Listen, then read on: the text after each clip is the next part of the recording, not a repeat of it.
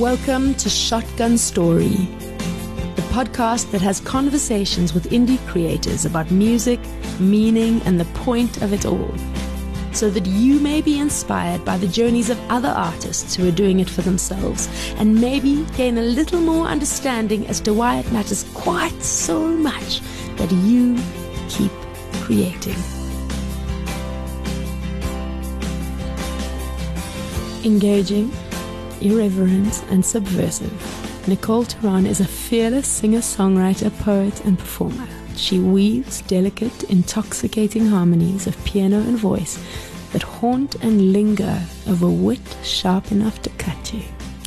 I mean, I've got goosebumps. That's magnificent. So it's one of the hardest things that you have to do in this business, is tell people about yourself in a way where you're confident about who you are, you're aware of what you are, what you're good at, the effect you have, but you're also not full of yourself or full of hubris.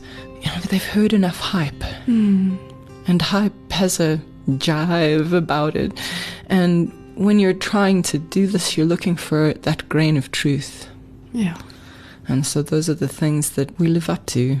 But it's not an easy thing. You've written a bio about yourself, surely. Whenever they ask you to do it, how do you feel? No, it's the hardest thing. Oh, you're interviewing me. I mean, you are one of the realest people I know. You wouldn't big yourself up for something that wasn't accurate. But I'm going to start right at the beginning. We're going to set the stage here. 5 things that our listeners most likely won't know about you, particularly as a career musician, but it can be anything. 5 things. Okay. The first thing that surprises most people is that I have no theoretical training in music. That even surprises me. Second thing that surprises most people about me when they find it out is that I'm a painter, a performance artist, actress, model. So I have a very good understanding of working with a lens, working inside a frame. I love the medium, film. How many are we at now? That's 2. No theoretical training. I'm a painter. I'm a model, actress, so I can work in that cinematic landscape. I think that's 3. 4, and this is the... Okay. So I am a member of the kink community, and I'm most commonly mistaken for being a dom, and I'm a sub. Wow. I'm a submissive, not a dom. I mean, this is that delightful. One's surprising. And then here's the last one, and this is a little secret that I've carried around with me until this afternoon. I have a dream to one day score a film. I want to create the music for a movie one day. That's magnificent. So there's 5. We got 5. I love them. I love all of them. So, music. Why music? What does it mean for you? It's been a very, very long journey with music, because music is a very multifaceted thing. So my journey with music began as somebody who was taking music in, a consumer of music. And when you're a consumer of music, you receive it. So there was, at that time, no filter for genre, good, bad. It was, did I like it? Didn't I like it? Did it make me move my body? And we see this with our children. The songs they love go do, do, do, do, do, do. I'm not... but they kind of got a something about them. And that was music in the beginning for me as a 3-year-old when I started playing.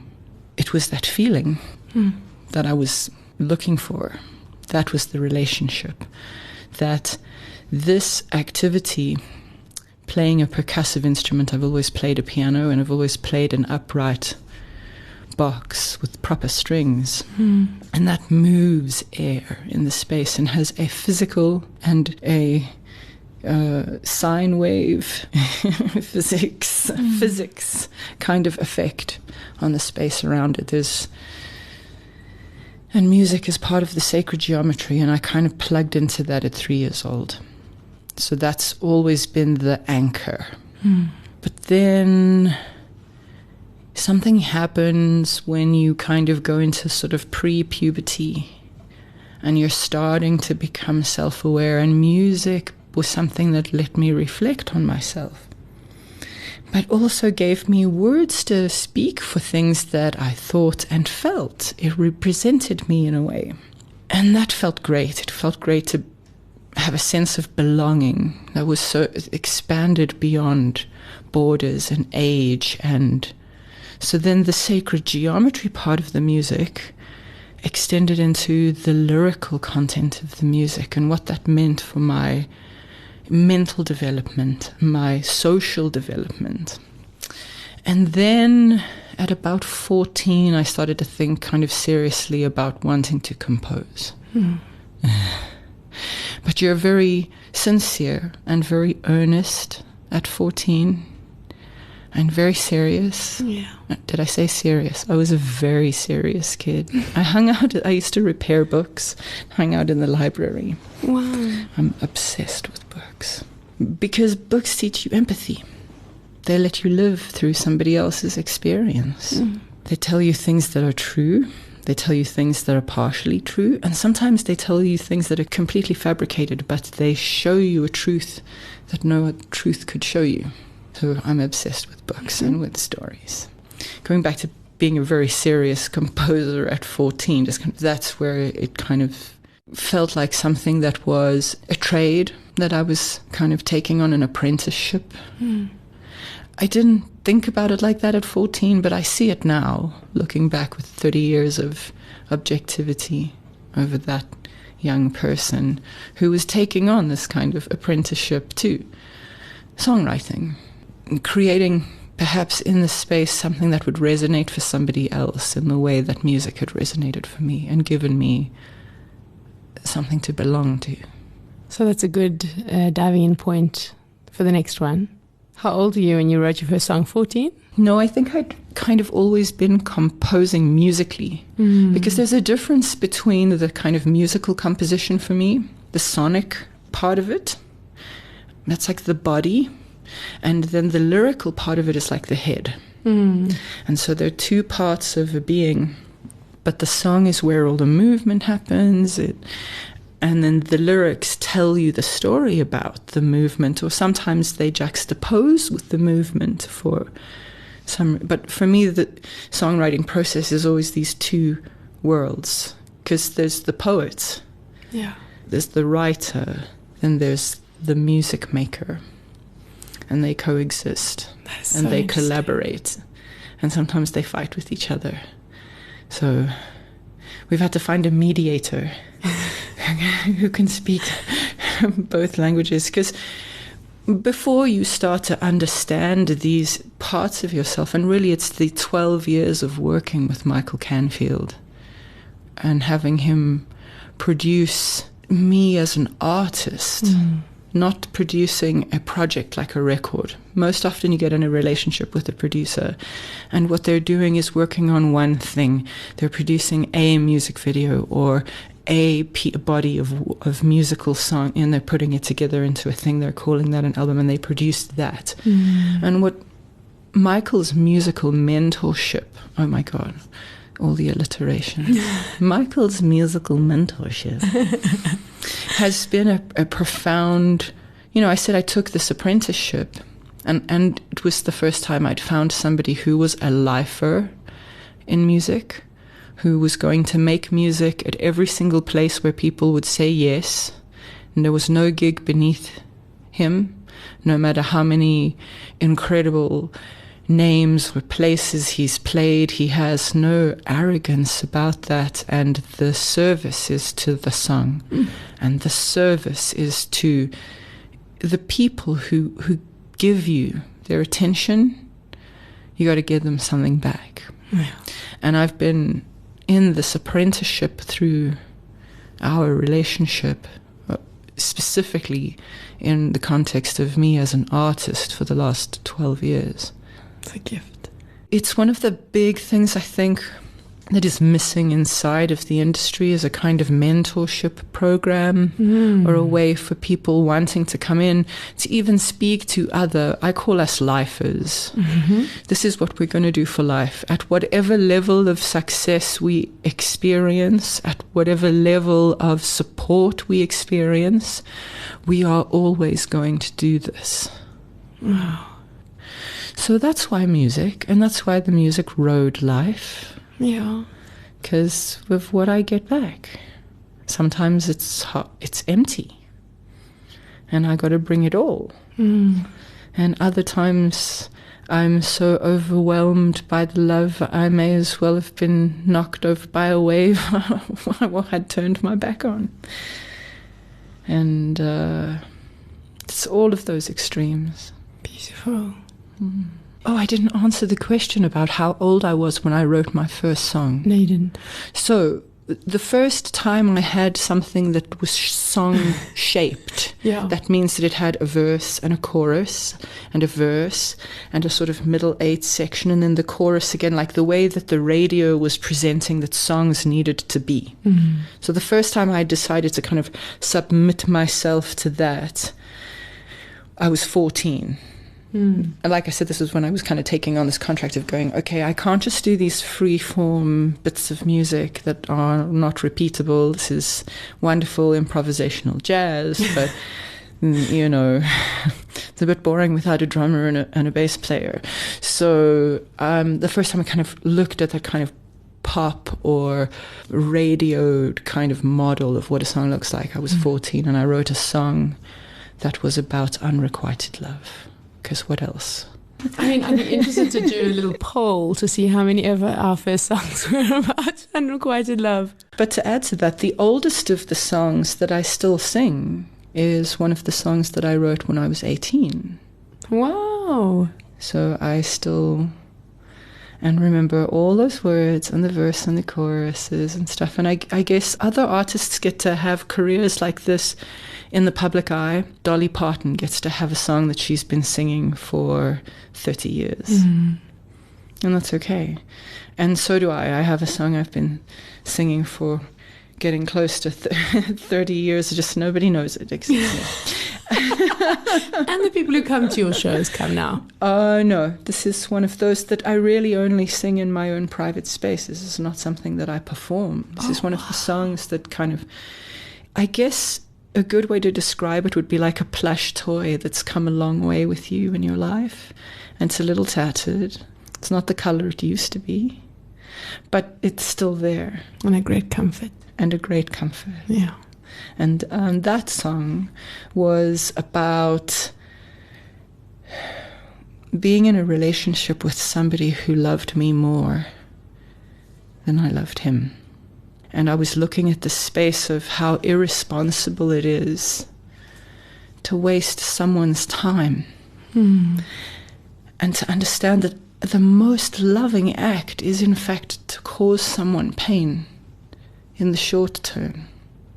And it was a very complex thing to wrestle with. I was 18 and realizing that I was the toxic thing in this relationship.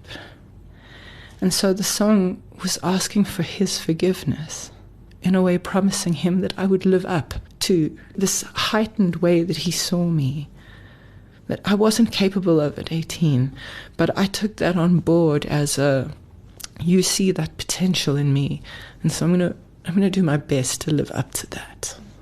So I can't perform the song because this is what happens when I just talk about the song. But that's how I've always used the songwriting process, is to be that therapeutic, self-reflective, and then also the place where I felt like it's a good place to make myself accountable. Yeah.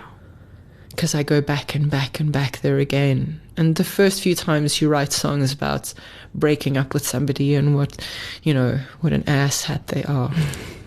And you realize that you have to sing that over and over and over again. You got to keep putting yourself in that emotional space. That's not good for you. That's not good for your heart, and it's not good for your mental health. So I've always tried to inspire myself to write music that would be good for my heart space and good for my mental health, to go and live there every time I need to spend these 4 or 5 minutes performing or playing or delivering this piece of music in front of people.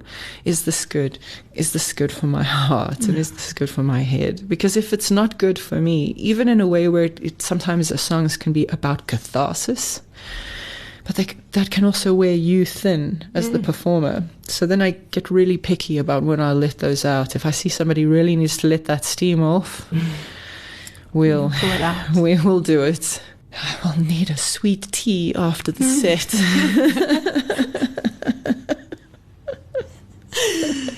And some smelling salts. I'd prefer essential oils, but let's not get into that conversation. It's a bit of a sticky issue. Who inspires you? It's such a weird feeling, being inspired for me, because it's usually not nice. So I'm going to step away from music and use a slightly different example to show you what I mean. For those of you who haven't seen me, I'm what we'd call relatively extensively tattooed. I have 22 tattoos. But for a long time, I only had about 3 tattoos. And every time I would see somebody with a beautiful tattoo sleeve or a visible chest tattoo or tattoo on their neck, I would have this kind of reaction of, ugh. I would be irritated for some reason. Tattoos are so like, 1990, or, like make some sort of a very unlike me comment. A closed-minded, closed-hearted, judgmental comments. I don't like those. But they were coming out of me, and I stopped myself one afternoon and was like, what is this about? This is a great person who told really, really interesting stories, and you laughed all afternoon and you're icking about something. What are you icking about? Oh, I'm jealous of his tattoos. Yeah. And so often when I'm inspired, the feeling is a bit ick. Yeah. And because it's some limitation inside myself I need to release. And immediately after recognizing the ick is that, and then the inspiration came to allow the art to unfold in my body in this way. So being inspired, a lot of people think it's a pleasant feeling. It isn't for all of us. Yeah.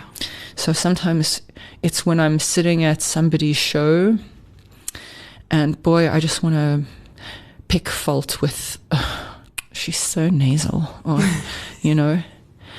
And then I got to really check myself, because that's where the inspiration is going to come from. That's where I'm going to release something inside of myself that's making me small. Wow. The yummy people, those people who kind of are like that plush toy and they're so comforting to fall into, they don't drive me to change the same way. Yeah. They let me become complacent sometimes. They give me a soft place to give myself the off the hook. And in this line of work, you got to very much be on the hook. Yeah. Because the apprenticeship I committed to was the one of Joan Baez and Joni Mitchell. It was the apprenticeship to distill my life experiences in a way that they could improve or shorten a learning curve or comfort a broken heart. So I was going to be on the hook. And it wasn't going to be the hook that was going to work on a commercial radio station. It's a different hook. Yeah, very different. My hooks don't ba-dum-ching, but they're hooks in the music. And they're hooks that I'm on. Accountability again. Yeah. I wish I'd read the fine print. And every time I think about that and I wonder, because I spent some time as a corporate person. I spent some time working in the corporate. I had my children very young. And I couldn't at the same time be a present guardian and build a music career. They demand too many of the same things at the same time. And so I did a decade of working, and then spent some time as a stay-home mom, which was a real gift. Yeah. And then began when my eldest was 10 and my youngest was 6 to start writing towards recording music again, because the internet had happened. Yeah. And the landscape around music was changing. And in 2006, what was happening inside my head was, do you have to be a touring artist? The internet lets me put my music, it lets me make videos of myself and put that right into people's homes, and it's a game changer. I don't have to leave home to have a career. And so I started to conceptualize myself as a studio artist. Wow. As a recording artist, as somebody who doesn't go on the road. That's what's unique about them. You're never going to see a live performance. So the first album that I wrote, Perspicacity, was all really aimed at a kind of music that doesn't play in a live venue. Because it was designed really to live on the internet. But I was a little bit ahead of people wanting to stream content. I always have been a little bit like that. What does Leonard Cohen say? The old convention of the cart before the horse. I've been thinking about it a lot lately, about how artists, musicians, creators go ahead into uncomfortable places.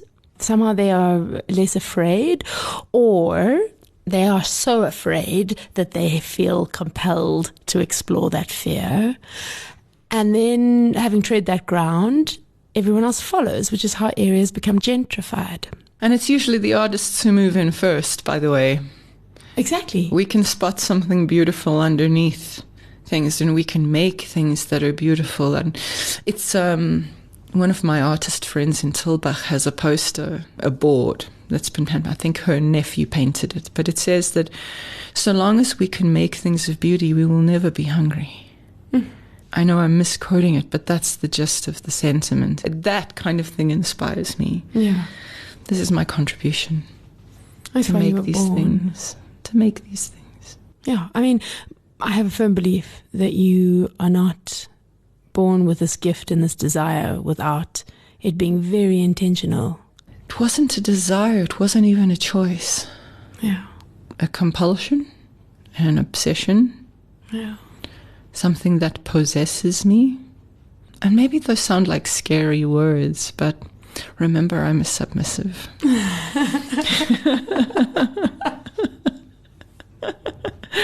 And so really, I mean, I'm not going to forget. in somebody with my nature, having really firm parameters, a part of what make me feel secure. Mm-hmm. And my security comes out of knowing what the rules are, what the game is. Yeah. Even if the game is rigged, as is the nature of the kind of music that I'm presenting. We're in a market, the duo are, he's 69, I'm 45. There are no tracks or loops or effects even. Things are played really kind of dry, and how they are, you get what you get, the sound in the room, and we're making these artisanal interpretations of the songs right in front of you. The magic happens. It's so beautiful. And it leads me very beautifully into the next section. Do you do music for a living? Music is how I bring currency. It's how I facilitate a life of travel and novelty and adventure. Mm-hmm. The life that I've created is really my livelihood. The fact that I'm plugged into an off-grid community. The fact that we've focused a lot on being very self-sustainable. So we provide a lot of our needs. And that frees up the music. It doesn't have to be a job. One of the questions you asked me was, I'm sure we're getting there, is what do I think is something that inhibits people's ability to live as artists? And my answer is debt. Yeah. If you owe, it's going to be very difficult to have the freedom that is, and the flexibility that is required if you're going to try to hang your livelihood off of art. Yeah. It's difficult. So we are able to do what we do because of how our life looks. In 2007, the big thing that changed was becoming debt-free. Yeah. Which was why I could allow myself to go, okay, the pre-production part of it, because I kind of made there were two records that I made. The first one was called The Wicked Truth, which I made with Kevin Leisha at his studios in Newtown, Darkstar, just after Josie Field had done Leyland there. He kept trying to argue with me about songs on the radio, and I kept trying to explain to him, that's not what I'm doing here. Put more ice in this dustbin because the song comes from an ice planet.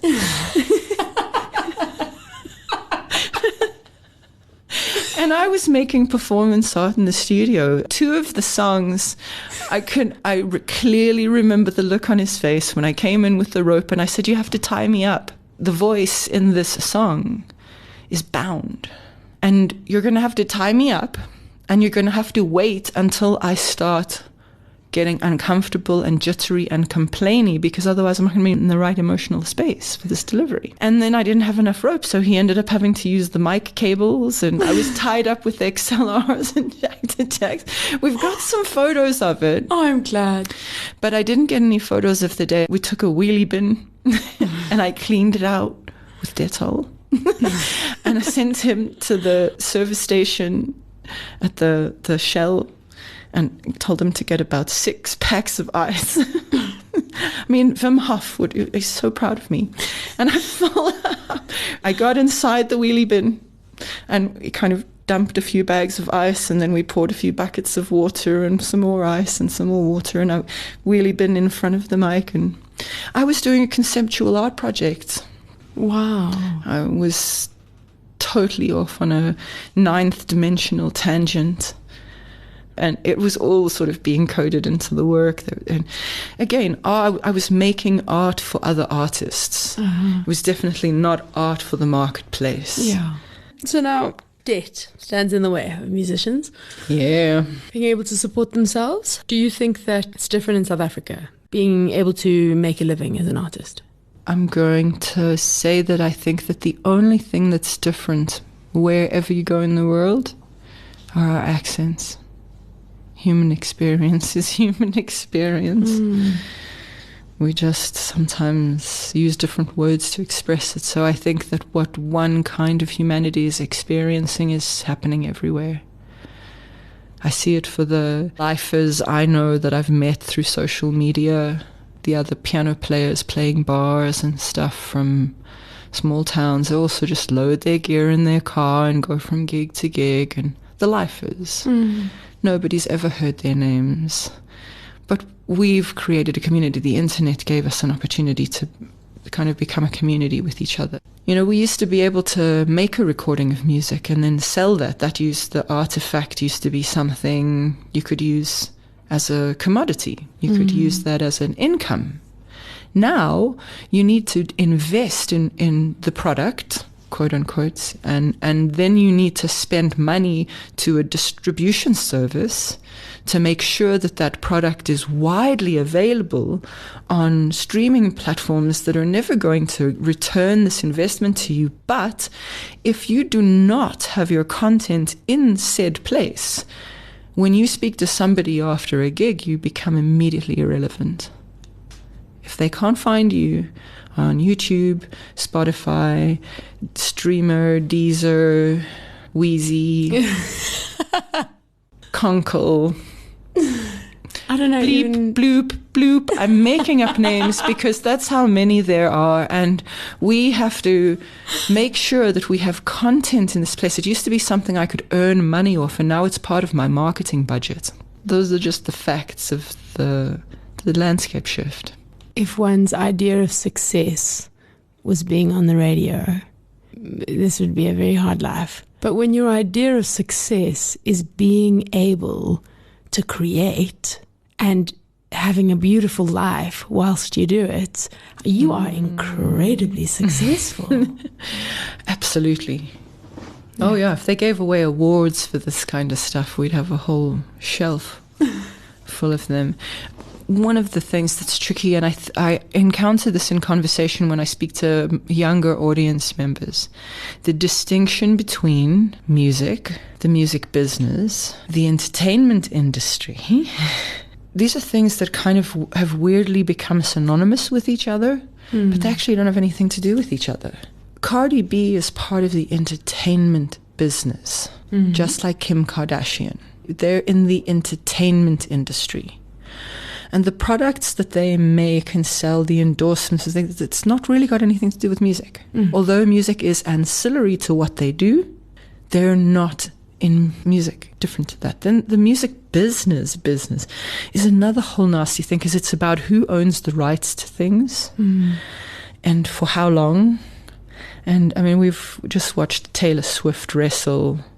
I mean, one of the most successful, highest selling female artists, having to really have a fight, a ugly, drag down, knockout fight for the rights to the music she created. Yeah. I'm rolling my eyes so hard for you listeners out there that several of my internal organs are visible. That's exhausting. And that's the music business. Yeah. Okay. And then music is that other thing I was talking about earlier, that thing that makes you feel not alone, that thing that comforts you, the thing that gives you the words for your feelings, the thing that encourages you to change your mind when you recognize something that you need to change your mind about. The music business, the entertainment industry. These are different things. And so if your idea of success is being on the radio, then you want to be in the entertainment industry. If your idea of success is making a lot of money, then you want to be in the music business. Yeah. And you want to get at all of the rights and all of that kind of, it's a very legal, very shark-infested water. Yeah. That's the money. Yeah. But if you want to touch people's lives, and if you want to have a life of wonder, adventure, magic, then music is what you're. Yo, drop the mic. I don't want to. This looks like a very, very nice microphone. I love that. That is a gem. I love that. That is a very clear distinction and quite an accurate description. How can people find you, follow you, support you? I am in a very on-again, off-again relationship with Facebook. We're off again. We're on a break. I'm on Instagram at Nicole.Turon. The most honest version of me that exists in the digital world is my Twitter. That's where I say what I really think and what I'm really going through and what I'm really excited about. And I very, very seldom use Twitter to market. Because I guess that's my biggest issue with the social medias. They're like this kind of marketing front that I'm expected to uphold. And I'd really rather just stay in the relationships with people who I meet at the shows and usually end up emailing. So how do people sign up to your mailing list? What's the best way? I don't have a mailing list. They're like, I'm writing letters to people one-on-one because they're just not enough people for me to be publishing a kind of monthly email newsletter when I realized there were really only 6 people reading that. Yeah. So I just started writing them personally because it was much nicer to get one personal paragraph from me than to read 12 paragraphs of something I've generalized for everyone's consumption. So I could really condense down to what's important to this person. You know, hey, how's your Great Dane after the paw surgery? Yeah. Kisses. Next email. And so that's really how small my crowd is. My crowd is so small that I'm at this place where we're very, very, very intimate with each other. Yeah. If somebody wants to become my pen pal, they can email me at nicoleturonmusic@gmail.com. I'll write back, I promise. I love that. Oh, thank you for coming into the studio. If you are an independent artist whose passion for what you do can inspire or fuel others, get in touch. I'd love to chat. You can find me on shotguntory.com. You've been listening to another production from Solid Gold Podcasts. You finger fuck me, boy, then you disappear. You only coked out of your mind. I may be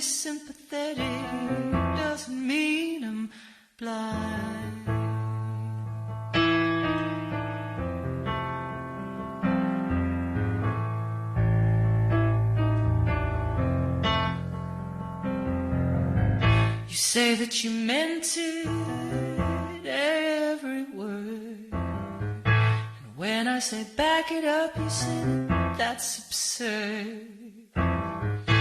Don't take this friendship out of context. But we don't have a friendship, honey. What we have is casual sex.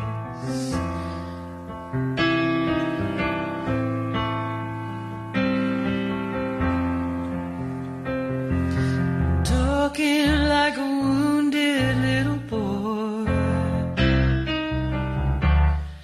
You're all the same old story. You're just talking like a wounded little boy. You called the wrong girl. If you wanna hear sorry, call your mommy.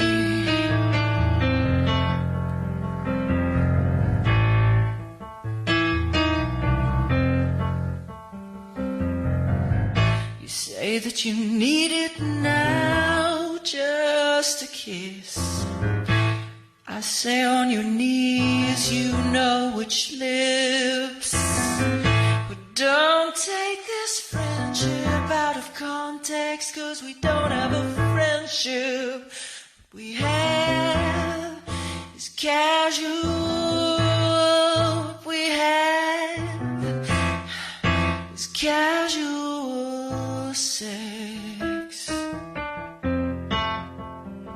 So don't be talking like a wounded little boy. You're all the same old story. You're just talking like a wounded little boy. You called the wrong girl. If you want